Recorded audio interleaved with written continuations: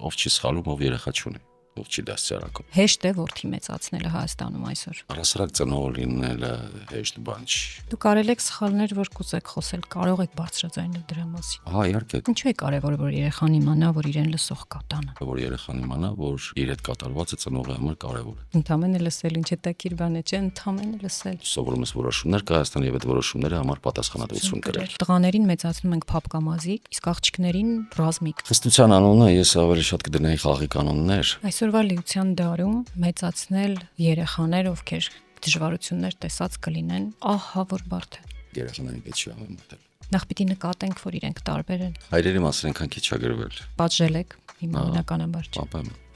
Որոնց դեռ Չեք փոշմանել։ Չէ։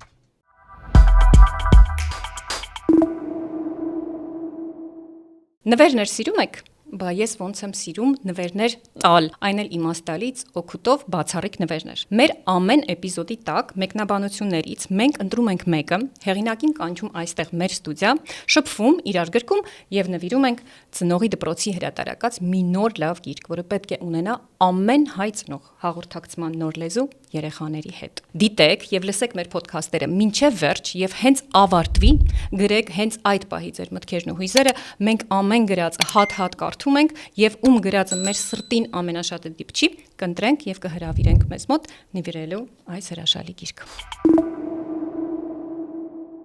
Պապկեն բարև ձեզ։ Բարև ձեզ։ Սիրված դերասան եւ իհարկե ինձ համար այդպես հավաքական հայ տղամարդու կերպարի ձայնի խորհրդանիշ Պապկեն Չոբանյան եւ երկու արդեն մեծ որդիների 20 եւ 22 տարեկան Սամվելի եւ Արամի հայր Պապկեն Չոբանյան։ Լավ եք։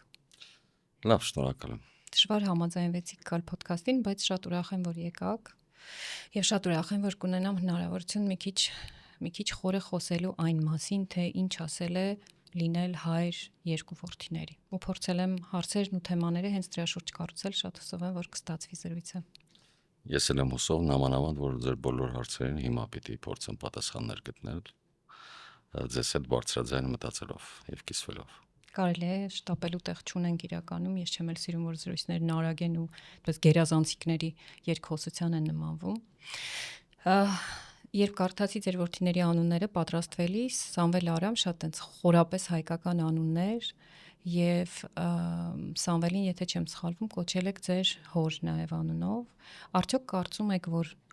անունը ինչ որ բան է ասում կամ ինչ որ բան է փոխանցում, կամ արդյոք Սամվելը ունի իր վրա սերնդեսերունդ ինչ որ բան փոխանցելու լուր առաքելություն, թե ազատ է ամեն տեսակ ակնկալիքներից։ Ճիշտ ասած, անունը դնելիս այդպիսի մտածումներ չեմ ունեցել, զուտ կարիքն այնքան մեծ էր այդ անունը դնելու եւ ցանկությունը առանց որևէ պարտադրանքի, որ ես ուղղակի այդ անունը դրել եմ, առանց մտածելու դա պատասխանատվություն է, բեռ է, առաքելություն է, թե ինչ է։ Նախ սիրում եմ այդ անունը, երկրորդն շատ ուզեցել եմ, որ այդ անունը լինի որդուս վրա։ Ու այդքանը միայն, մնացածը արդեն կյանքը ցույց կտա ոնց է։ Ես այդպես որևէ ությունի իզմի հետևից չեմ գնացել, չեմ էլ պատրաստվում գնալ։ Անունը սիրուն է, սազում է, ու շատ լավ է։ Այսօրվա դարում հաշվի առնելով, որ հեշտ տարիներ չեն եղել վերջին տարիները, հաշվի առնելով, որ դուք որպես հայր նաև զգացել եք ինչ է նշանակում լինել մի իրավիճակում, երբ որդիդ, օրինակ, հիմա պատերազմական մի դրության մեջ ակտիվ դերում է ու դուք անորոշության մեջ եք ու տվայտվում եք, հեշտ է որդի մեծացնելը Հայաստանում այսօր։ Եվ ինչ ասել է ընդհանրապես, կա տարբերություն, որդի ես մեծացնում, թե դուստր։ Ճիշտ ասած, մեծ հաշվով չէ, բայց եթե հենց այդ պատերազմի տեսանկյունից նայենք, իհարկե տղա երեխա ունենալը մի քիչ ավելի շատ ռիսկային է ու ավելի դժվար է, թե չէ մեծավ մասամբ նույն խնդիրները կան եւ տղա մեծացնելիս եւ աղջիկ մեծացնելիս։ Եվ վերջի աղջիկներն էլ իրենց կյանքի ընթացքում ուրիշ ռիսկ ունեն, որը առանձին խնդիր է մտածելու։ Բայց իմ դեպքում ես գոնե ակամա պիտի կենտրոնանամ տղա երեխաների խնդիրների վրա, որովհետև իմը տղաներ են։ Աղջիկների խնդիրներից տեղյակ չեմ բոլորովին, կողքից լսելով գուցե տեսնելով, բայց ուրիշ բան է տեսնել, լսել, ուրիշ բան է ունենալ դա եւ դրա կրողը լինել։ Ինձ ավելի շատ տղաների մասով կարող եմ, իհարկե հեշտ չի, Իհարկե պատասխանատու է, իհարկե անելիքներ շատ կան, առհասարակ ծնող լինելը հեշտ բան չի։ Ու դա այդպես չի, որ գնաս որևէ տեղ սովորես, ավարտես ու սկսես ծնող դառնալ։ Դա process է, որը անընդհատ շարունակվում է, անընդհատ սովորելու, քեզ ուղղելու, հետևություններ անելու անընդհատ process է, չընդհատվող։ Ու թերևս գուցե ինչ որ որոշակի հանգրվանի հասնելուց հետո արդեն էլի չես դադարում ծնող լինելուց, ուրիշ էտապ է սկսվում ծնողություն։ Բայց դա աշխատանք է, որին ինչքան պատրաստ լինի ծնողը, այնքան ավելի լավ։ Ճիշտ է, մինչև վերջ պատրաստ երբեք չես կարող լինել, բայց ջանքերը գնահատելի են։ Պատրաստ լինելու կարևորությունը գիտակցելը շատ կարևոր է։ Այդ գիտակցությունը հենց սկզբից լինում է, Բաբկեն, թե տարիների հետ է գալիս։ Որ ասացիք ծնող լինելը հեշտ չէ։ Արդյոք դուք ձեր կյանքի բոլոր տարիներում տղաների մանկության, պատանեկության, երիտասարդության եւ հիմա արդեն հասունության բոլոր տարիներին եք դա գիտակցել ու հասկացել ու ըմբռնել, թե միևնույն է տարիների հետ է գալիս այդ իմաստնությունն ու այդ հասունությունը։ Հենց դա է ուզում ասել, որ տարիների հետ է գալիս, հետ ես նայում, հասկանում ես ինչ ես արել, ոնց ես արել, ինչն է, որտեղ ես սխալվել, որտեղ ես բաց թողել, որտեղ պիտի աներ ու չես արել, որտեղ պիտի չաներ ու արել ես, ավելի շատ դրա համար անելուց հետո ես հասկանում։ Իսկ ընթացքը պատասխանատվություն ճիշտ է քեզ ուղեկցում է միշտ, դու ձգտում ես կատարյալ երեխա մեծացնելն ու կատարյալին մոտ դաստիարակել, փոխել, կանխորոշել, ուղղորդել, բայց այդ ճանապարհին սխալներից ապահովագրված չես։ Ի վերջո ով չի սխալում, ով երեխա չունի, ով չի դաստիարակում։ Իսկ այդ process-ից ոչ մեկը սխալներից ապահովագրված չի։ Չգիտեմ, բայց երևի կան ընդհանուր սկզբունքներ, որոնց մասին եթե տեղյակ ես, գոնե որոշ չափով կարևոր էական սխալներից կխուսափես, Կարել եք սխալներ, որ կուզեք խոսել կամ կարող եք խոսել, կարող եք բարձրաձայնել դրա մասին։ Կամ չեք արել բաներ, որ ափսոսում եք, որ չեք արել, որոնք են դրանք։ Ահա, իհարկե կան։ Ես հիմա գտնվում եմ Spin Production-ում, որը Երևան քաղաքի ամենամեծ ստուդիան է վիդեո կոնտենտ նկարելու համար։ Spin-ը ունի 20-ից ավելի տաղավար եւ հագեցած տեխնիկա ձեր նկարահանումներն իրականացնելու եւ մոնտաժելու համար։ Եվ ինչպես գիտեք, հիմա նաեւ Հայաստանից հնարավոր է մոնետիզացիայով գումար աշխատել։ Ու հենց Spin-ում են այն մասնագետները, YouTube մարքեթինգի եւ պրոդյուսինգի պրոֆեսիոնալները, ովքեր ձեզ օգնելու են այդ հարցում։ Եկեք, տեսեք, ստեղծեք որակյալ կոնտենտ, իսկ մնացածը իրենք կկազմակերպեն։ Տեսեք, ավելի երիտասարդ տարիներին, եւ որ զբաղվածություն ավելի շատ է, գործեր, հոգսեր, սիրելի գործ, այդ ամեն ինչը ժամանակ է խլում եւ շատ։ Ի վերջո մեծ մասամբ դու նայում ես այդ ամեն ինչը հանուն ընտանիքի ես անում, հանուն քո կարիերայի, հանուն քո սիրած գործի, բայց արդյունքում միևնույնն է երեխաներն են դժում այն իմաստով, որ դու բավարար ժամանակ չես կարողանում հասցնել տրամադրել իրենց։ Իսկ դա շատ կարևոր բան է։ Էլի առիթ եղել է խոսել եմ այդ մասին, զուտ ընդհանրապես տուն գալ եւ հոգնածության միջից էլի կարողանալ լսել երեխայի պատմությունները օրվա ընթացքում ինչ է տեղի ունեցել իր կյանքում։ Լավ կամ վատ, հետաքրքիր կամ անհետաքրքիր, բայց շատ կարևոր է, որ երեխան իմանա, որ իր հետ կատարվածը ծնողի համար կարևոր է։ Ինքը պիտի պատմի, դու պիտի լսես, եթե ոչինչ չունես ասելու, պիտի լսես, դա փոքր բան չի։ Դա շատ կարևոր բան է։ Եվ վերջում նաև ժամանակ անցկացնել միասին, գնալ դուրս պարզապես զբոսնելու, որի ընթացքում էլի լիքը բան կիմանաս քո երեխայի մասին, որովհետև իր հարցերի միջոցով դու փորձում ես հասկանալ, թե ինչն է իր համար կարևոր, ինչներ են անհանգստացնում, ինչի կարիքը ունի, ինչներ են ուրախացնում։ Մի խոսքով ճանաչելու process է դա։ Եվ վերջում նաև ամուր կապեր ձևավորելու հնարավորություն մենակ հագցնելու կերակրելով չի։ Շատ ավելի կարևոր է, երբ որ երեխան գիտի, որ իրեն լսող կա։ Իր խնդիրները ծնողի համար կարևոր են։ Ինչու է կարևոր, որ երեխան իմանա, որ իրեն լսող կա տանը։ Որովհետև ինքը կփորձի այդ ուրիշ տեղ լսողներ փնտրել, ուրիշ տեղ կփորձի իր հարցերի պատասխանները գտնել, որոնք միշտ չէ որ լավ տեղ կտանեն եւ ճիշտ պատասխաններ կստանան։ Ճիշտ է, ծնողն էլ այնպես չի որ ճիշտ պատասխանը կտա, բայց գոնե Հարցերի դեպքում մեծավ մասամբ փորձառությունը կգա օգնության, զուտ գոնե կիսվելու իմաստով, կամ գուցե հենց այնպիսի հարց է, որ անմիջապես պատասխան չի պահանջում, հարց է, խնդիր է, որը պետք է որ դուրս գա երեխայի միջից, դուրս եկավ, արդեն դա լուծում է, եւ որ ինքը իրեն կարևոր զգաց, դա նաեւ ինքնավստահություն է ներշնչում, այդ ժամանակ ոչ երեխան կգիտակցի դա, ոչ էլ դու կգիտակցես, բայց ի վերջո դա կդառնա տեսակ, բնավորություն, ի վերջո հոգեվիճակ, մարդու ձևավորման, ես շատ կարևորում եմ մինչև 5 տարեկան է երեխայի ձևավորման ժամանակ ծնողի ու երեխայի հարաբերությունները, որտեղ դա ամենանուրբ շրջանն է եւ հիմնականում մարդու բնավորության երևի ամենակարևոր կետերը այդ տարիներին են ձևավորվում, ես ինչքան որ հասկանում եմ։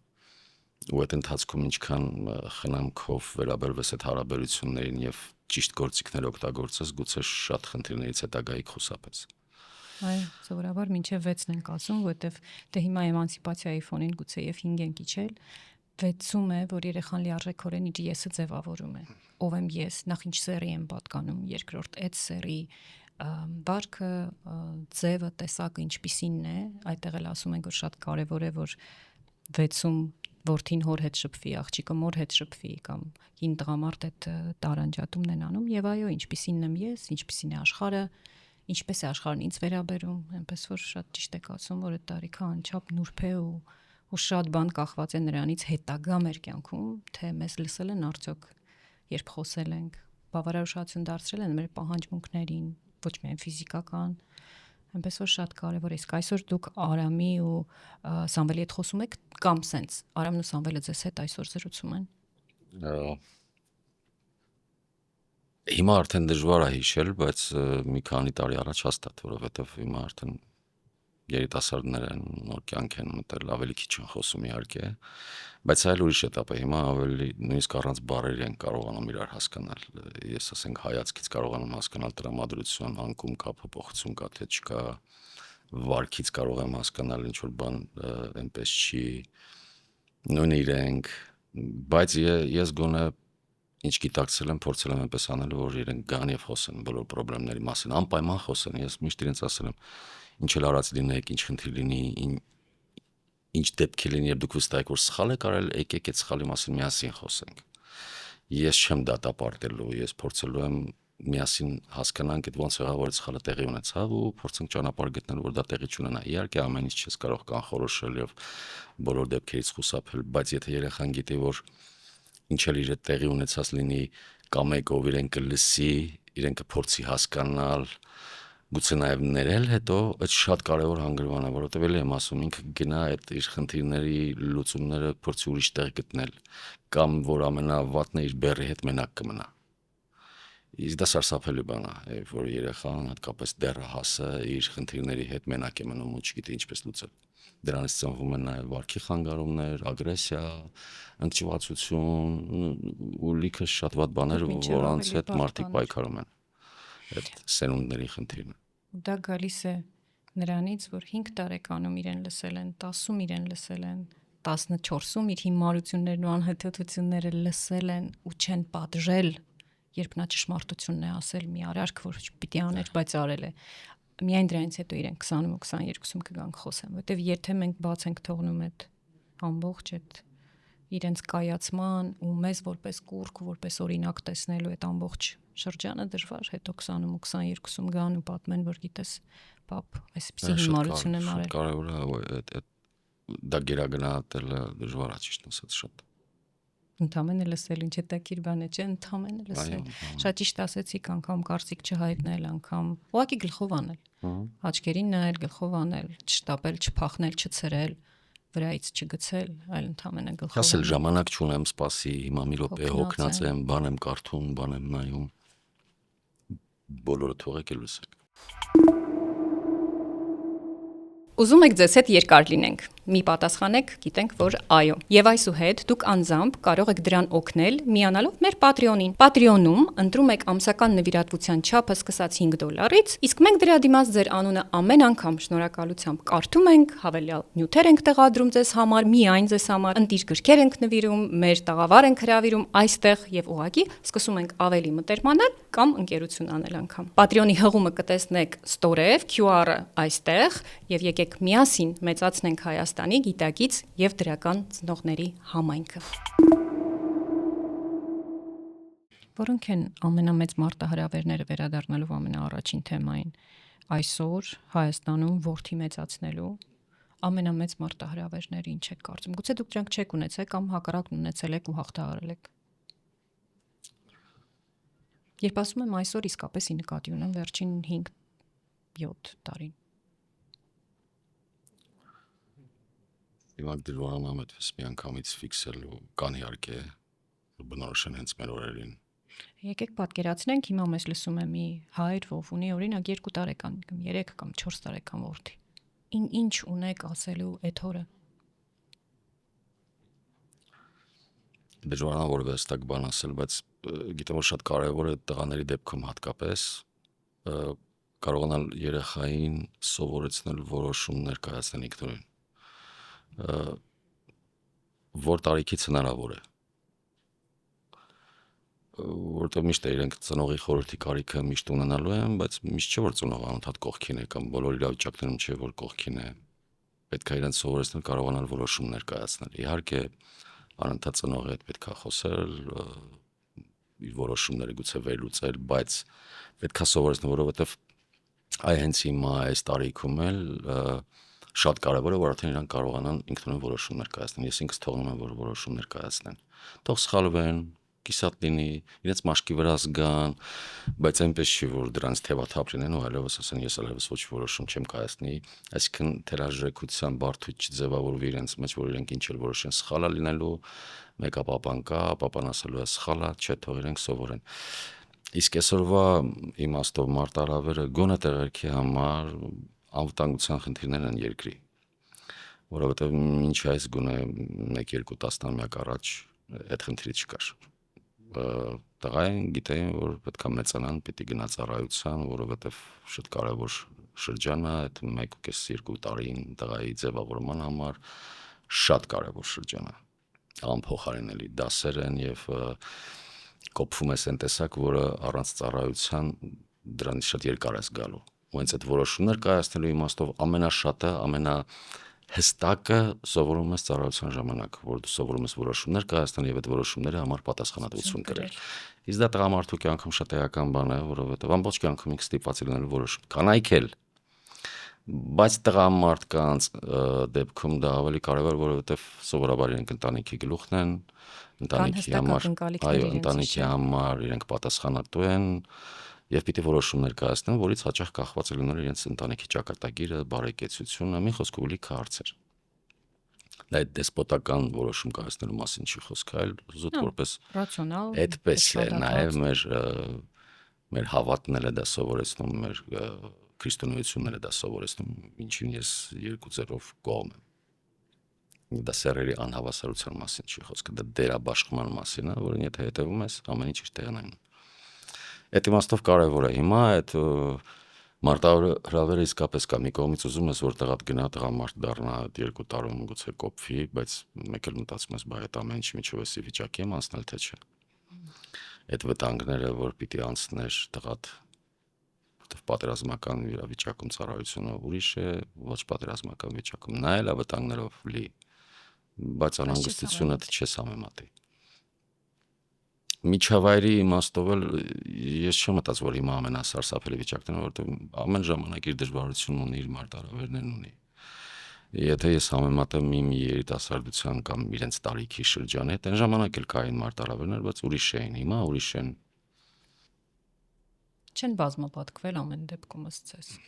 այն մարտահրավերները, որ մենք ունեինք Սովետի թվին, եկեք այսպես կոչենք այդ տարիները, երբ մենք էինք 20 տարեկան, այն մարտահրավերները, որ ունեն այսօրվա 20 տարեկանները, որովհետև ըստիս գումարվել են, նրանք չեն անհետացել։ Թմրադեղերը, վատ շրջապատ ընկնելը, գողությունը,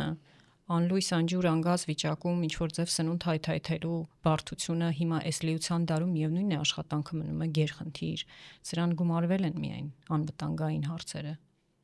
կամ այլ հարցեր, ես օրինակ շատ նկատում եմ հարցից հարց եմ թռնում, բայց հեսա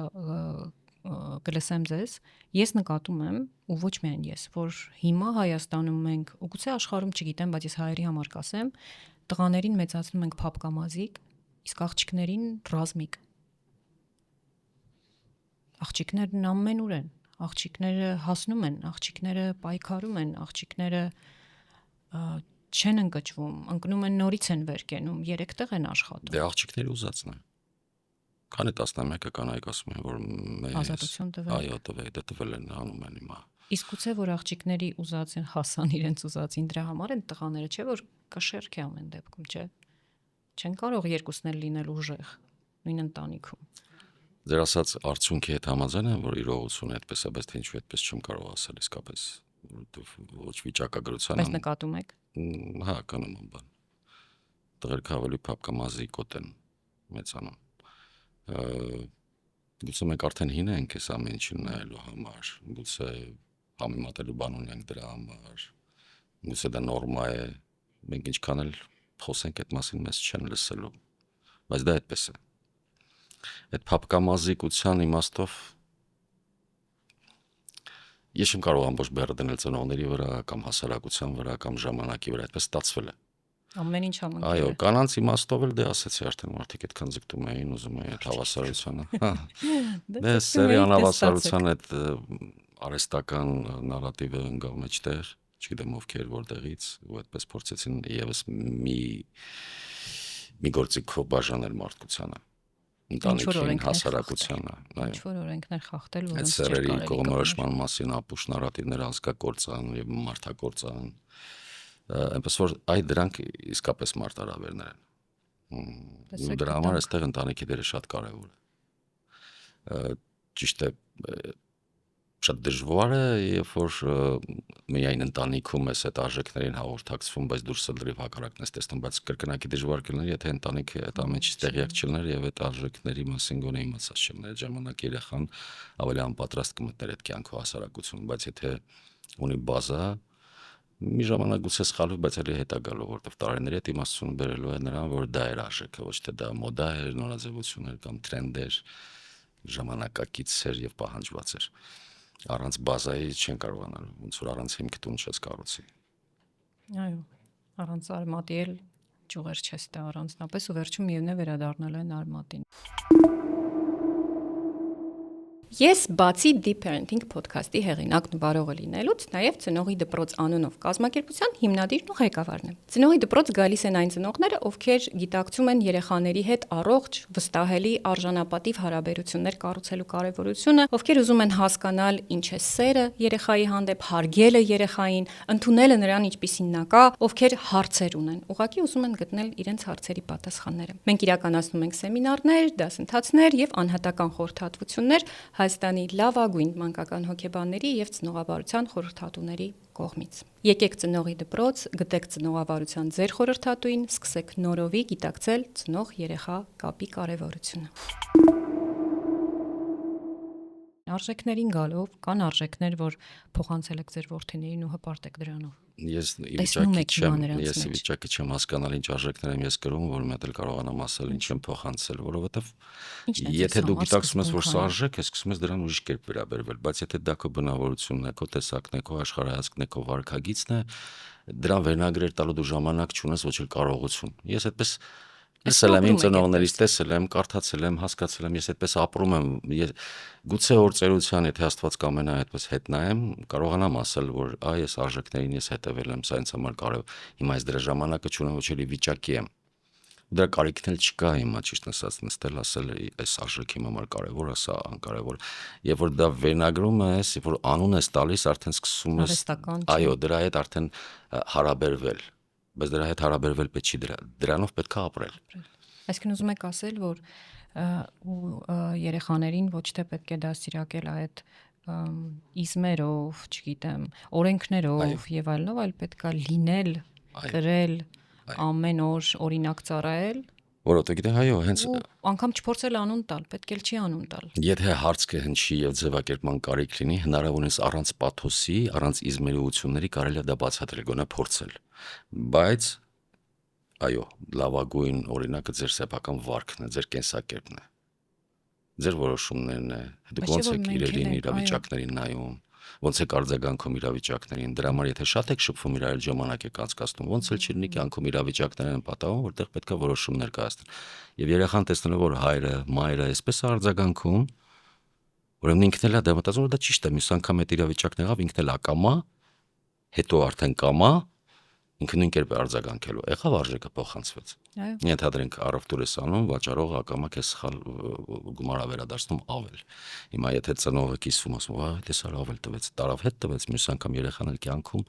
եթե մի պահ գայթակղվի էլ, որ կարել է հետ չտալ, ինքը հիշելով իր ծնողին, կտանի հետ կտա։ Անիմաստ է խոսել երեխաների հետ արժեքների մասին։ Նստածնել ես Բալիկ ջան, դե հիմա նստի խոսենք։ Չէ, անիմաստ չի։ Նուրբ է դա եւ ամեն մարդ չի կարող։ Ես ինքս չեմ կարող այդպես 80-ներից խոսել։ Սա արժեք է, եղիր առաքինի բալիկը, սա չէ։ Էլ եմ ասում վարքով եւ ըստ սիտուացիա, եթե շփում կա երեխու մեջ, ինքը երեխաները գիտեք շատ լավ վերցնելու հատկություն ունեն։ Դե ուրեմն եղնենք բաց, որ երեխաներին թույլ տանք վերցնել։ Եթե մենք անընդհատ մեր կյանքով, մեր գործով, մեր կարիերայով ենք զբաղված, երեխան ինչ պիտի վերցնի մեզնից։ Զբաղված մարդու կերպար պիտի վերցնի մեզնից։ Անտարբեր ժամանակ չունեցող մարդու կերպար պիտի վերցնի մեզնից։ Վաղը դա ինքը պրոյեկտելու իր ընտանիքի վրա։ Այո։ Որտեղ իր համար նորմալ դա է լինել, ձևը դա է, ինքը դա է տեսել, այո, որովհետև գիտեք, ծնողները երեխաների համար ամենամեծ հեղինակություններն են։ Ես էլի առիթ եղել եմ ասել եմ երեխաներին փոխանակ ստիպես նստեք գիրք կարդացեք, լավագույն օրինակը դու վերցրու գիրք կարդա։ Իսկ քանի որ դու իր համար հեղինակություն ես, ինքը տես եթե papan կարդում, մաման կարդում, ճիշտ բան է։ Ելով է քննարկում դա։ Ինքն էլ է փորձում կարդալ։ Ինչքան ուզում ես ասա գիրք կարդալը լավ բան է, աշխարհ կբացահայտես, լեզուդ աշխարհած կզարգանա։ Ինքը տեսավ, հետո արդյունքը կհասկանա, բայց ակամա կփորձի անել։ Այնպես որ այդ իմաստով շատ կարևոր է թե մենք մեզ ոնց ենք պահում։ Ինչպիսին ենք ուզում մեր երեխան լինի, մենք մեզ պիտի խմբագրենք։ Հեշտ է խմբագրվելը։ Հեշտ չի, Անբարդ է։ բայց հնարավոր է։ Ով ասել, այս աշխարհում ոչ բան էլ հեշտ չի։ Ախր չէ որ տեսեք, ասում ենք որ այդպես արժեքները զրույցով չի, հա, մեր օրինակով է, մեր կյանքով է այդ արժեքները, որոնց կարող ենք անգամ անուն չտալ ամեն օր դավանելն է, դրանցով ապրելն է, դրանց հետևելն է եւ այլն, բայց չէ որ մյուս կողմից կա այդ լարվածության, ձգվածության, ես ծնող եմ, ինձ նայում են, վայ որդիներս կամ երեխաներս էական չի, ինձ են նայում, ուրեմն ես պիտի մի հատ նախ վերլուծեմ, ինչը ես այն նոր չարեցի, ինչը ես նոր այն չասացի։ Բա սերը ուր մնաց այս ամեն ինչի մեջ։ Դուք ասեք։ Դա սերը ինչի համար է։ Այդ լիքը չգիտեմները չեմ կարողների տեղը գալիս է սերն է լրացնելու։ Առհասարակ ամեն ինչ սիրո, եթե ամեն ինչը դասերակցությունը նավ համարենք, այդ սիրո ծովի վրա պիտի լինի այդ ամեն ինչը։ Նավը պիտի սիրո վրա լինի, լողա, ոչ թե քարափին կամ ափին կանգնած։ Այսինքն հանուն սիրո մենք պիտի մեզ սիրով, ոչ թե հանուն սիրով, հարաբերությունները սիրով են։ Ինքներս մեզ սիրով։ Իսկ եթե երեխային որը բան ես փորձում բացատրել, ցույց տալ, հասկացնել, պատժել, այդ ամեն ինչը մի կարևոր պայման ունի, պետք է անել սիրով։ Ինչով է տարբերվում սերը, հոգացությունը խստությունից եւ սիրով սահմաններ դնելուց։ Իր բացակայությամբ եւ ներկայությամբ։ Կմանրամասնեք։ Օրինակ բերեք։ Գուցե ձեր կյանքից։ Դժվարանամ, ես այնքան քիչ եմ հետ նայում այդ ամեն ինչը, որ հենց հիմա դժվար է այդպես հետ նայել ու արագ։ Եկեք մոգոնենք, եկեք մի օրինակով հորինենք ներկայություն, բացակայություն, խստություն եւ սահմաններ ընդդեմ անվերապահսեր։ Խստության անունը ես ավելի շատ կդնեի խաղի կանոններ, որ եթե սահմանում ես ու մեջտեղ սեր կա, սկսում եք բոլոր երկու կողմերն էլ խաղալ այդ խաղի կանոններով։ Իսկ եթե կարևոր է որ երկուսն էլ նույն կանոններին հետևեն։ Այո, մեծն էլ փոքրն էլ։ անպայման առաջին հերթին ծնողը, սահմանողը, որտեղ ուզենք չուզենք խաղի կանոնները ծնողն է սահմանում։ Հետո իհարկե արդեն երեխան էլ որ սովորեց ու հասկացավ որ դա լավ բան է, ինքն էլ իր խաղի կանոնները կսահմանի, դու էլ ըստ անհրաժեշտության կորոշես թույլ տալ թեկուզ եթե վստահ լինես, որ սխալ է, էլի թույլ կտաս, որ համոզվիր սխալ է, երեխեն էլի որոշում կայացնի ուրիշ խաղի կան, բայց կարևորը այդ process-ն է։ Պատժելն էլ տեսեք, պատժելը անհրաժեշտ է, բայց ոչ երեխայի ինքնագնահատականի հաշվին, ոչ երեխայի արժանապատվության հաշվին, այլ զուտ ինչ որ բանից զրկելու հաշվին։ Այսինքն հասկանա, որ կյանքում միշտ իրավիճակներ են լինելու, որ դու ստիպված ես լինելու քո կոմֆորտ զոնայից դուրս գաս։ Մենք արհեստականորեն հանենք իրենց կոմֆորտ զոնայից։ Դե պատիժը դա է վերջո։ Երեխային զրկել իր ուզած բանից, որտեվ ինչ է ուզում, ինչ որ ուզում է, իրեն կոմֆորտ է դա տալիս, հաճույք է տալիս, չէ՞։ Եթե դու դրանից զրկում ես, ինքը նեղվելու է այդ պահին, բայց ակամա ինքը այդ բոլոր տարիների ընթացքում սովորում է նաև պետք եղած պահին իր անհրաժեշտ բանից իրեն հետ պահել։ Այսինքն հմտություն ենք նաև զուգահեռ ձևավորում։ Որը անհրաժեշտ է։ Ուղղակի անհրաժեշտ է։ Եթե դա չկա, դες փափկամազիկներ են մեծանում։ Այսինքն խաղի կանոնները, պատժի կամ սահմանափակումների ձևերը կարևոր են, որպեսզի երեխան նաև վարժվի դուրս գալ կոմֆորտ զոնայից եւ պատրաստ լինել ավելի մեծ կյանքում, ավելի լուրջ սահմանափակումներին ու պատժներին դիմանալ։ Այո, ավելի կարևոր բաներ շահելու համար, հոգին եւ միտքը սիրտը փրկելու համար։ Դուք պատժում եք, որ պատժել եք, հիմա բնականաբար չէ։ Ապա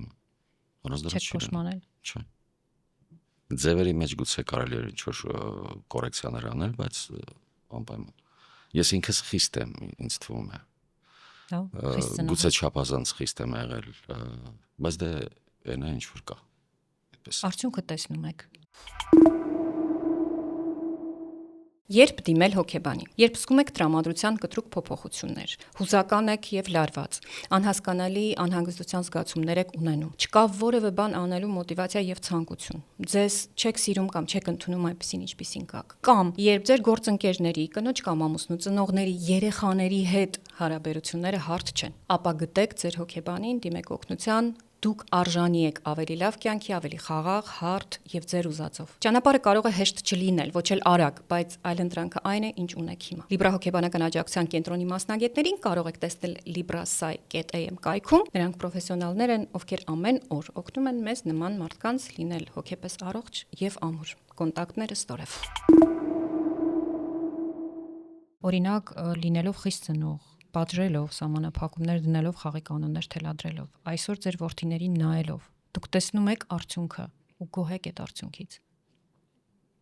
Չէ՞ որ ժամանակին այդ ամենն արել ենք ինչ որ մտքով։ Հիմնականում այո, բայց լիք ուղումներ կուզեի անել։ Բայց ի վերջո նաև եկեք չմոռանանք, որ մենք գործ ունենք մարդու հետ, անհատականության հետ, որը փոքր է, բայց մեծանում է։ Եվ ինչքան էլ մենք փորձենք դասյարակել մեր օրինակով, խրատներով, պատիժներով կամ խրախուսելով, մեկը ինքը ուրիշ տեսակ է։ Ինքը առանձին մարդ է, որ այդ պետք է հաշվի նստել, որի առանձնահատկությունները պետք է նախ տեսնել, ֆիքսել եւ հետո հարգել ու գնահատել։ Եվ նա շատ կարևոր է այդ առանձնահատկություններից ելնելով մոտեցում ցուցաբերել։ Որովհետեւ մեկի երեխան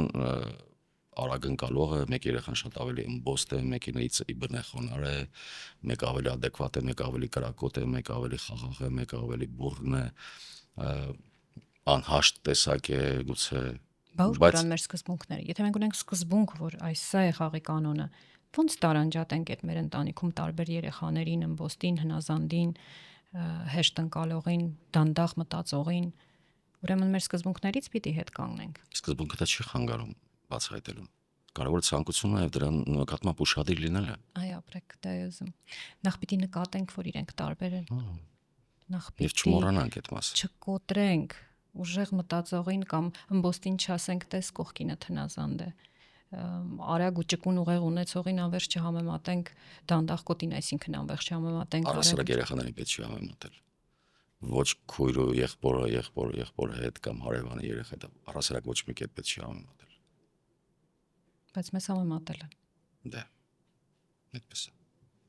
Ձեր մանկությունից կա մի սահմանափակում, մի խաղի օրենք, որ բերել եք ձեզ հետ։ Ու շնորհակալ եք, որ ժամանակին ձեր ծնողները, ձեր մեծերը, գուցե տատպապերը, գուցե գրքի մի լավ հերոս, որով տարված էիք, ձեզ ձեր մեջ կերտել, ձևավորել է ու լավ է արել, որ պատժել է ու լավ է արել, որ սահման է դրել։ թե չէ այսպեսին չի լինի, թե չէ այս մի արժեքը չի գրի մեջ։ Չէ։ Այդպես հիմա չեմ կարող էլի չեմ նստելու վերլուծել, այդպես չեմ ամփոփել։ Ուղղակի ես բնույթով խաղի կանոններ սիրող եմ։ Ինձ համար ամեն ինչ կարևոր է, որ ես իմանամ, որ դեպքում ինչա պետք անել։ Լավ, վատ ասխալը դա ուրիշ հարց է, բայց ես պիտի իմանամ յուրաքանչյուր իրավիճակում ոնց պիտի անեմ։ Ես օրենքներ շատ սիրում եմ։ Դրա համար ինձ համար շատ հեշտ է եղել ու խաղի կանոնները որ եղել է, ես խաղացել եմ այդ խաղի կանոններով ու այդ ժամանակ ես ոչ թե մտածել եմ թե այ խաղի կանոնների պատճառով սրանից զրկվեցի, այլ փորձեցի այդ խաղի կանոնների մեջ իմ կյանքը կազմակերպել։ Որովհետև նշեցի ես նաև իմ կոմֆորտ զոնայից էի ստիպված զրկվում, բայց հետո երբ որ եկավ արդեն իսկապես կոմֆորտ զոնայից զրկվելու ժամանակ ես անհամեմատ ավելի պատրաստ էի այդ կոմֆորտ զոնայից դուրս գալու։ Ես ինքս էի պատրաստ որոշում կայացնել այդ կոմֆորտից հրաժարվել հանուն ավելի կարևոր բանի։ Իմ դեպքում այդպես է եղել, բայց դա չի նշանակում սահմանափակումներ կամ տոտալ դասերակցական մեքենայի տակ ես չեմ եղել։ Հակառակը իմ ծնողները ինձ շատ լիբերալ են մեծացրել են իմաստով, որ ես ինչ մասնագիտություն ուզել եմ, ինչ խմբակ ուզել եմ գնացել եմ, երբ ինչքան ուզել գնացել եմ։ Մի 10 բանի գնացել եմ, էլ սպորտ, էլ մշակութային, չտամ այնտեղ 3 ամիս, բայց իմ ծնողներն ինձ թողել են։ Ես եմ ուզում գնամ Պարի, ասում են գնա տղա ջան։ Գնացել եմ 3 ամիս, ասում են չեմ ուզում, մի գնա տղա ջան։ Ուզում եմ գնամ երգի, ուզում եմ գնամ լողի, շախմատի, շտանգայի, հիմա ինչ որ ասում եմ գնացել եմ դրանց։ Ու առաջին հայացքից այդ շատ լավ էր, բայց հետո որ մտածում ես դա պատասխանատվություն էր։ Նույնը երբ որ եկավ բուհ ընդունվելու ժամանակը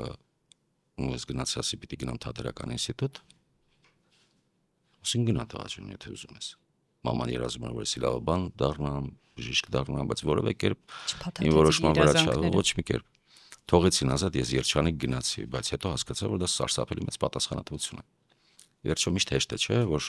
չեն թողում քո ուզած տեղը գնաս, որ հետո ասես, որ թողնեք, ես կգնայի, սա կդառնայի, բայց ես թողեցին, ես գնա, դե գնացել ես, որոշել ես տղաս, դե հիմա ուրեմն տիրություն արա քո որոշմանը։ Ու դա իմ կյանքի ամենամեծ դասերից էր, դրանից հետո ես էլ արդեն որոշումներ կայացնելուց մտածում եմ, որ դե տիրություն արա քո որոշմանը։ Դե տեր եղի։ Դա բարդ է, բայց հաճելի է։ Թանկ է, բայց շատ անհրաժեշտ է։ Ու ես այդ իմաստով շատ շնորհակալ եմ ծնողներին։ Իսկ չեն կակնկալում, որ ծնողը 16 տարեկանին, 18 տարեկանին կասի մի րոպե, ինչ թաթերական։ Չունենք տենց ակնկալիք ծնողներից, չէ՞ որ լիբերալ երեխա մեծացնելը շատ լավ է, բայց ինչպես եւ խոսեցինք, սահմանները եւ խաղի կանոնները նույնքան կարևոր են երեխայի համար։ Հակառակ դեպքում տիրում է մի իրավիճակ, երբ կա ամենաթողություն, երբ բացարձակ չկան արինձիրներ, հա, այսինքն ինչ որ կողմնացույցներ, դե արյու մեծացիր ես աշխարհը։ Այստեղ պիտի միասին ճշտենք այդ ազատության սահմանումը։ Որտեղ ազատության նկատմամբ ճիշտ սխալ ընկալում կա լիբերալիզմի։ Որտեղ շատերի համար ազատությունն այն է, որ անես ինչ որ ուզում ես, բայց ինձ համար ազատությունն այն, որ չանես այն ինչ որ չես ուզում։ Մայթա երեխան չի ուզում գնա բժիշկ դառնա, որովհետև չի ուզում, արյունից վախենում է։ Արժի իրեն ստիպել, դա ազատություն է թե բռնություն է։ Արդեն ինչ որ ձևավորված մի բան է հաստատ։ Ուրեմն ես այդ տեսակ ազատության ու լիբերալիզմի կողմնակիցն եմ, ոչ թե որ ծնողասի գնա բժիշկ դառնա, բայց չի ուզում, արդեն չի եք ստիպում գնա։ Ինչ եք զորով ջութակի տանում այդ երեխային։ Լավ, հիմա գոնա չեն տանում։ Մենք դա ձեր ճիշտն է ձեր համար, ձեր անհատականության համար։ Դուք երեխայի ընտանիքում սեր ապահովեք, հարաբերություններ ապահովեք, մնացածը բոլորը լուծվող հարցեր են։ Թող երեխան իր խնդիրները գա ձեզ հետ կիսվի, իր մտածումները, կասկածները ձեզ հետ կիսի, դուք ձեր փորձառությամբ կամ նույնիսկ չգիտեմ ով իր կողքին եղեք, դա ահագին բան է։ Թող ինքը իր մասնագիտությունը ընտրի, սխալվի, կվերադառնա։ Ինչքան պատմություններ գիտեք մարդիկ, բու են ընդունվել, ավարտել են, բայց լրի ուրիշ բանով են զբաղվում։ Պիտի կարողանանք այդ տեսնել, թե երեխան ամբողջ հոգով ինչին է ձգտում։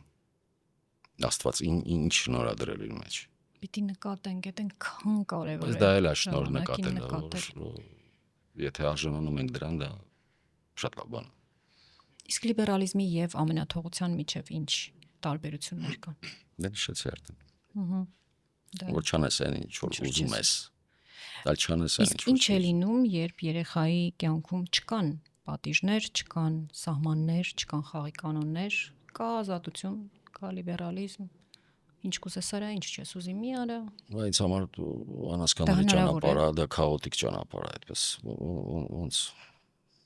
Տեսեք դուք ասեցիք, որ ինձ ոչինչ չեն արգելել։ Ես ամեն բան փորձել եմ։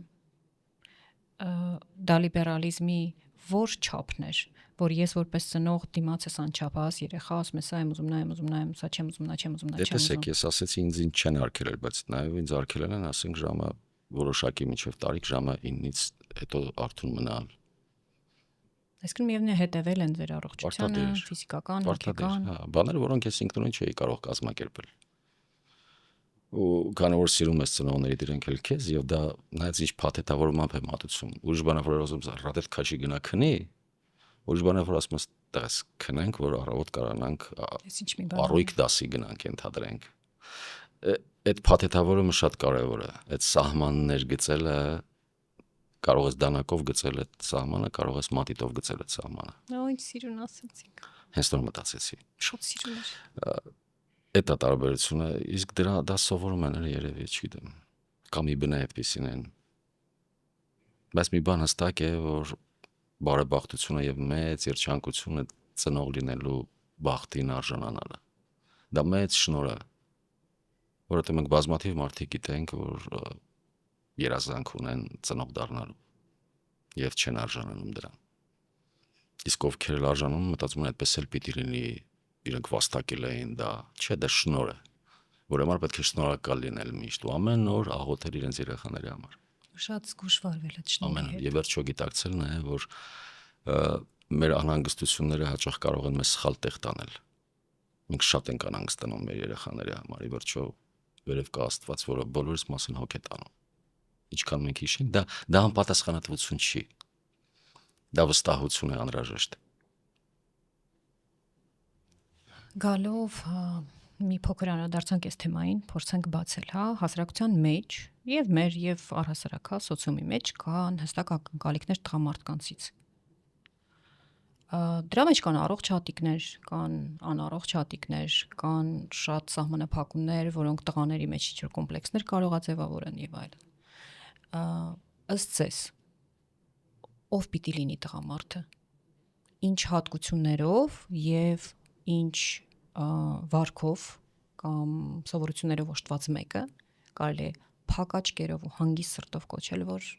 դարձավ տղամարդ է։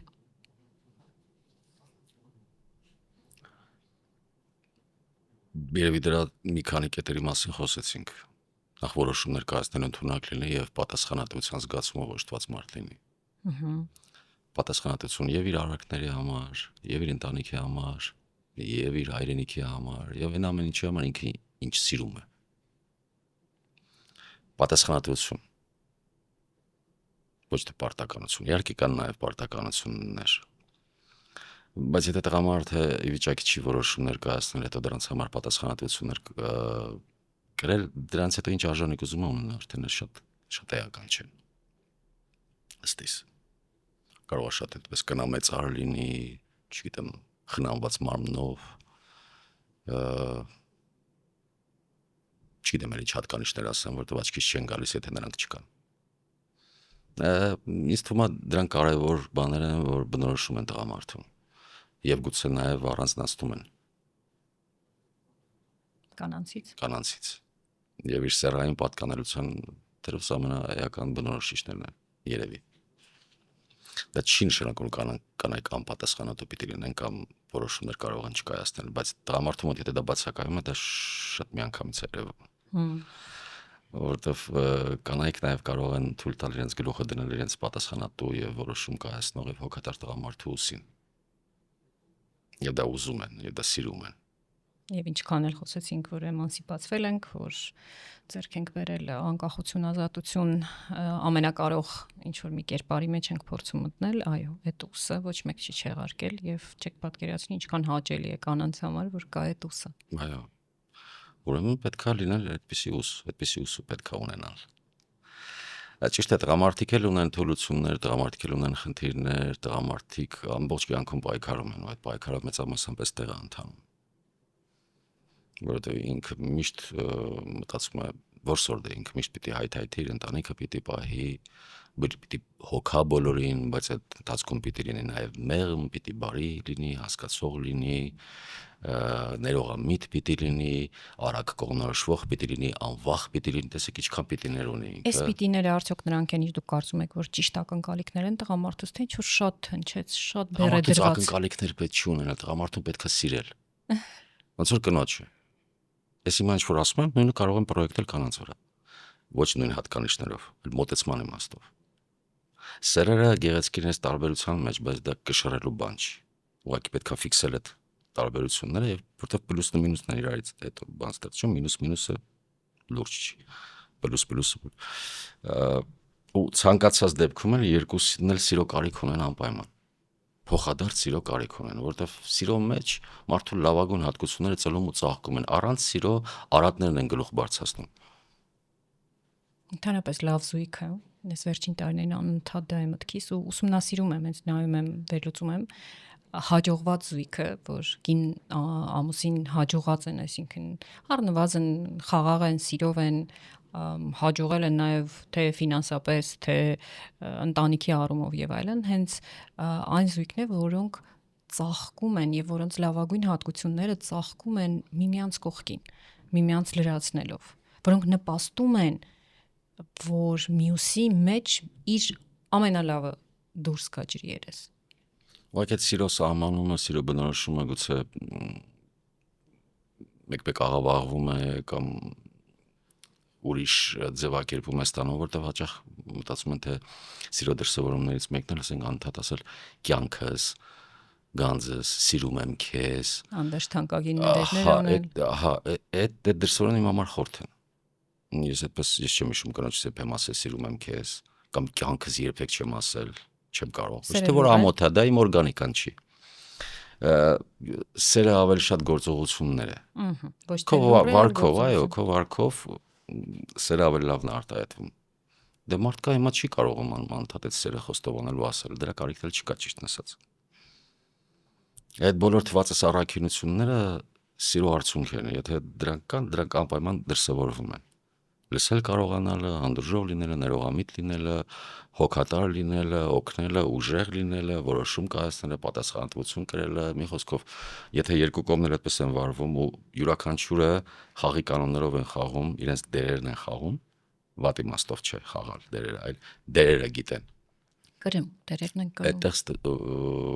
հարմոնիա է գալիս, որը բոլոր խնդիրներին կդիմակայի։ Եվ որտեղ անհնար է դասիրակել դառնում հանրահավաք։ Վատ մի ինչ որ մի մարդ։ Հա։ Եվ ոչ ոք, ոչ մի ընտանիք, ոչ մի անհատ խնդիրներից ապահովագրված չի։ Դժվարություններից ապահովագրված չի, առանց դրանց անհետաքրքիր կլիներ։ Ու այդ դժվարությունները մեզ կոփելու համար են, ավելի լավը դառնալու համար են։ Ուրիշ բան է, ինչ հոգեկերտված կունես եւ ըստ այդմ էլ դժվարություններից դու թևաթափ կլինես, թե ավելի ուժեղ կդառնաս։ Բայց որ դրանք անհրաժեշտ են ու երեխային նաև դրա համար է պետք պատրաստել, որ կյանքը վարդագույն ակնոցներով նայելու չի, կյանքը դժվարությունների մասին է նաև ու մեծավ մասամբ։ Կարևորը այս ընթացքի մեջ, այս նյութի հետևից վազելու մրցավազքի մեջ դու կարողանաս հասկանալ, որ դա էական չի։ Կարևորը քո հոգին է, քո սիրտն է, որ պիտի մաքուր մնա, որովհետև գնալու տեղ ունի վերջում։ Այսօրվա լիության դարում մեծացնել երեխաներ, ովքեր դժվարություններ տեսած կլինեն, ահա որ բարդ է։ Ես նայում եմ իմ երեխաներին, իրենք Աստծուն փառք, իրենք որևէ դժվարություն չտեսած մարդիկ են այս կյանքում, որևէ, ել չասեմ դժվարություն է, թեթև նեղություն չտեսած մարդիկ են։ Ու երբ իրենց կյանքում հանկարծ ու հանկարծ մի հիմար մի բան չի ստացվում այնպես ինչպես իրենք են ուզում, ստրեսի, գրգռվածության, նեղսրտության, իրենց կորցնելու աստիճանն այնքան մեծ է, որ դա ինձ շատ լուրջ վախեցնում է։ Մյուս կողմից ես չեմ կարող արհեստականորեն խնդիրներ ստեղծել նրանց համար։ Հակառակ, ես ամեն բան անում եմ ամուսնուս հետ, որ իրենք նեղություն չքաշեն, բայց անընդհատ զգոնեմ չափի մեջ այդ ամեն ինչ ունենալու, ամեն ինչ հասանելի ունենալու մեջ հիմա եմ հասկանում խութեր կան։ Կա այդպիսի խնդիր, դա ինչ որ չափով նաև ինձ էլ է վերաբերում, մեծ մասից է վերաբերում ծնողներին առասարակ։ Դրա համար եմ ասում, պետք է սովորեցնել ինչ որ բաներից զրկել, իրենց կոմֆորտ զոնայից դուրս գան։ Բայց ոչ թե արհեստականորեն, այլ շատ օրգանիկ։ Մեկ նաև արհեստականորեն դա որոշես անել, հետո ձևը կսովորես ավելի կվարպետանաս։ Սկզբից թող մի քիչ արհեստական լինի, ոչինչ։ Կարևորը դրա կարևորությունը գիտակցելն է։ Դուք լավ ասացիք կոմֆորտ զոնայից հանելը։ Ոչ թե ինչ որ խնդիրներ ստեղծել իրենց գլխին, այլ ուղղակի կոմֆորտ զոնայից բարբերաբար իրենց քաշել հանելը։ Գadgetներից կտրելը, անկողնուց ստիպել շուտ արթնանալը, մի գործ անելը, որ իրենք չեն սիրում։ Երևի թե Եկեղեցում պահեցողություն կա, չէ՞, մեծ պահ կա, փոքր պահ կա, շաբաթապահքեր կան, օրապահքեր կան։ Եթե նախ ծնողները պահեն այդ պահքը, ոչ կրոնական բաներից ելնելով, եթե նույնիսկ այդպես տեղյակ չեն հոգևոր կյանքիդ, գոնե զուտ դրա համար, դա հենց այդ տեսակ կոմֆորտ զոնայից դուրս գալն է, որտեղ պահքի իմաստը քեզ զրկելն է քո սիրելի սնունդից եւ աշխարհիկ մյուս հաճույքներից, որ դու ժամանակ ունենաս, կենտրոնանաս քո հոգևորի վրա։ Իսկապես, թե ով ես դու, ինչ ես ներկա, ինչի հետևից ես վազում, ինչն է քեզ համար իսկապես կարևոր։ Պահքի ժամանակ սովորում ես այդ ամեն ինչը։ Ու պլյուս նաև, երբ որ հիմա դու կամավոր ես պահում, վաղը ակամա պահ կարող է պահես եւ դու պատրաստ կլինես։ Ու պահքը մենակ իհարկե սնունդի մասին չէ, կամ լիք ուրիշ բաներ, սիտուացիաներ, իրավիճակներ կան կյանքում, որ դու միշտ չի որ ինչ ուզում էիր, ունեցար հասար դրան։ Դու պատրաստ կլինես դրան դիմանալ եւ հետեւություններ անելու։ Մի օր կհասկանաս, որ ինչին այդքան ցկտում էր, այդքան տևական ժամանակ հեչ քեզ պետք չէր։ Հակառակը քեզ վնաս էր։ Դրա համար դա էլ է նաեւ ճանապարհը, եթե երեխան տեսնում որ ծնողները ամեն կիրակի եկեղեցի են գնում, ժամանակ առ ժամանակ մեկը տեսար պանիր չի ուտում, ձու չի ուտում, բայց էս ինչա պապ, էս ինչա մամ, էս պահ կա, էս ինչա պահ կա, բաս sense բան։ Երեխան էլ է փորձում։ Ու մի օր ասում ես էլ եմ ուզում այսօր շաբաթապահ կպահեմ, դե պահի գնացինք, դժվար է, բան, ոչինչ, կեսից կհանձնվի, հաջորդ անգամ ավելի պատրաստ կլինի։ Ու վաղը մի օր զրկանքներին ինք ավելի պատրաստ կլինի։ Տղամարդու համար առավել եւս։ Ծառայության ժամանակ ենթադրեք ներողություն։ Իր մամայի եպած ճաշերը չի ուտելու, իր սիրելի շորերը չի հագնելու, ժամանցը իր ուզած ձևով չի անցկացնելու, իր ուզած ժամին չի արթնանալու, այլ ժամ 6-ին արթնանալու։ Այդ ոնց պիտի դրա տակից դուրս գա։ Պիտի պատրաստ լինի որոշ չափով։ Կսովորին դե ուզի կսովորացնեն, պապան մաման չի ոչինչ քլուբս վերկած։ Կսովորեն, բայց որ պատրաստ լինեն ավելի լավ։ Ու դա հետո կյանքում ինչքան է պետք գալիս։ Կարող ես քեզ զրկել ինչ որ բանից։ Ոչ թե զրկես հանուն զրկելու որ ասում, ապրեմ ես ինձ կարողացա, չէ։ Որ դու քեզ զրկում ես ժամանակ ես ունենում իրականի վրա կենտրոնանալու։ Իսկական արժեքի վրա կենտրոնանալու։ Ինձ համար ամենահեշտ կոմֆորտի զոնայից դուրս գալը ու զրկանքը հենց պահքի շրջանում է լինում։ Այնքան հետաքրքիր է ուրիշ բոլոր պարագաներում զրկել ինձ իմ սիրած ուտելիքից կամ անգամ մի պրիմիտիվ զբաղմունքից, դու պահքիությունը հենց կախվածությունից ազատվելն է։ Դա կարող է լինել խնձորը, հեչ պարտադիր չի դա լինի կենթանական ծագում ունեցող սնունդը։ Ու ինձ բռնացրեցի նրա վրա, որ կլոր տարի ես չեմ կարողանում ինձ հետ պահել դրանից, բայց հենց գալիս է պահքի շրջան։ Ու մի օր վերլուծում էի, ասեցի,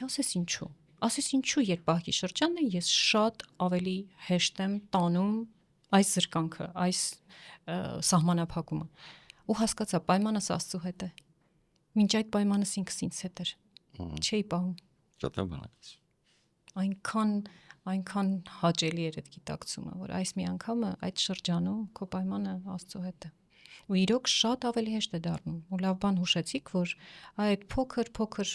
ինչ որ բաներ սովորեցնելը, ինչ որ զրկանքներ չասեմ, բայց ինչ որ սահմանափակումներ, լավ այսպես ասած, գիտակցված սահմանափակումներ ստորում, պահքը կատարել շրջան է դրա համար։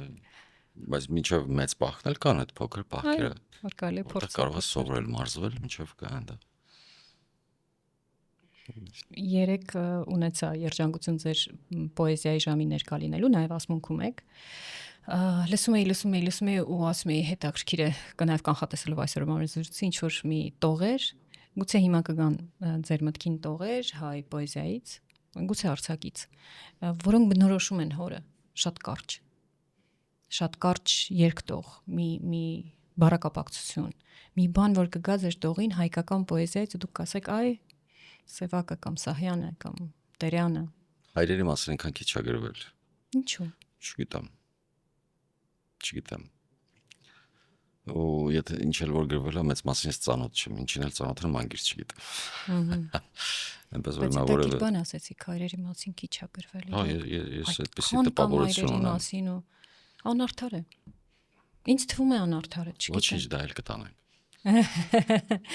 Այո, շնորհակալ եմ շատ Ես զրույցի եմ համար։ շնորհակալ։